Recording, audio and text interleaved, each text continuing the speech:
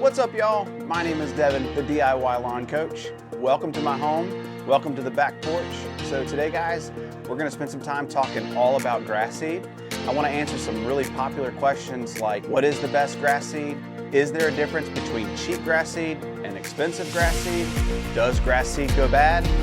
And how do you read a label of grass seed? And what is all the information on it? So first, let me tell you, this is not a sponsored video.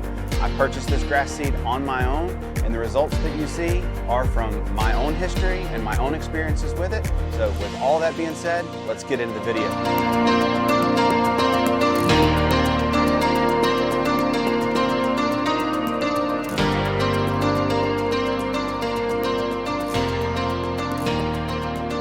So the most popular or most asked question that I get concerning grass seed is, what is the best type of grass seed? And I'll just cut to the chase. You're the only one who can answer that question. When you think, what is the best grass seed, there are a couple questions that I want you to ask yourself. And number one is, what grass type do I want?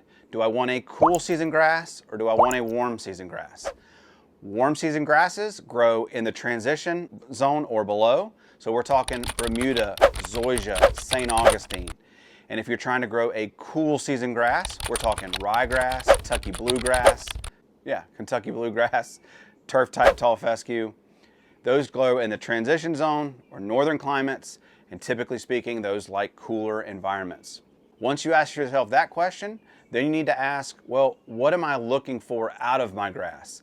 Do I want a deep dark green color? Do I want fungus resistance? Do I want high traffic resistance? Do I need shade tolerance? Do I need, how much watering do I want to do for my grass type? To answer the question, what is the best grass type? Again, you're the only one who can answer that. So ask yourself those questions. Then I want you to go on the NTEP trials, so the National Turfgrass Evaluation Program's website. I'll link that down below. Do some research on the grass varieties that you're looking at. Ask yourself those questions and then find out, do those grass types meet what I'm trying to get out of my grass?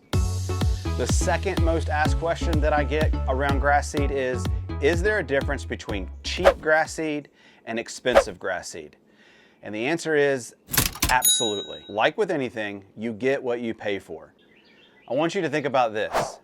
Price is what you pay and value is what you get. So when it comes to grass seed, think about the price that I pay versus the value that I get. So let's look at cheap grass seeds. And by cheap, I mean inexpensive and no value. Cheap grass seeds typically have lower germination rates, don't have as dark of a green color. They're typically less drought tolerant and less fungus resistant and contain more weed seeds or noxious weeds in the mix. Typically high quality grass seeds contain just the opposite. They usually are grown for a very dark green color. They typically have high traffic tolerance, low fungus, high drought tolerance as well.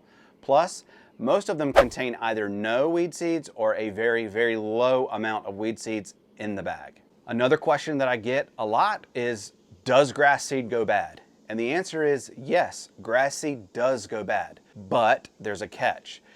If you store it properly in an airtight container, keep it away from moisture and light and humidity, the grass seed will last for several years. Put it in a bucket, put it in a container, and keep it away from heat and humidity, and the grass seed should last for a few years. Basically what happens is over time, every year or as time goes on, the percentage of the germination of that grass seed will go down. So say grass seed is 2 years old, maybe only 80% of the grass seed is going to germinate. And then maybe the next year, only 75% of the grass seed is going to germinate. And then maybe after 3 or 4 years, say only 50 or 45% of that grass seed is going to germinate. So is the grass seed bad? No, not technically, but it's not going to germinate at the same rate as it would as if it was fresh. Let's take a look at a grass seed label and let's look at each line item and let's talk about what it means. Every label of grass seed will contain the name of the seller, the test date, the seed variety. Does it contain noxious weeds or other inert matter? What is the purity of the seed? What is the lot code? And what are the germination rates of each seed variety found in the bag? Let's talk for a second about blue tag versus just regular grass seed. Grass seed growers will blue tag certify their seed. Basically, they'll have a company come in and certify that what they're putting in the bag is exactly what they say is in the bag.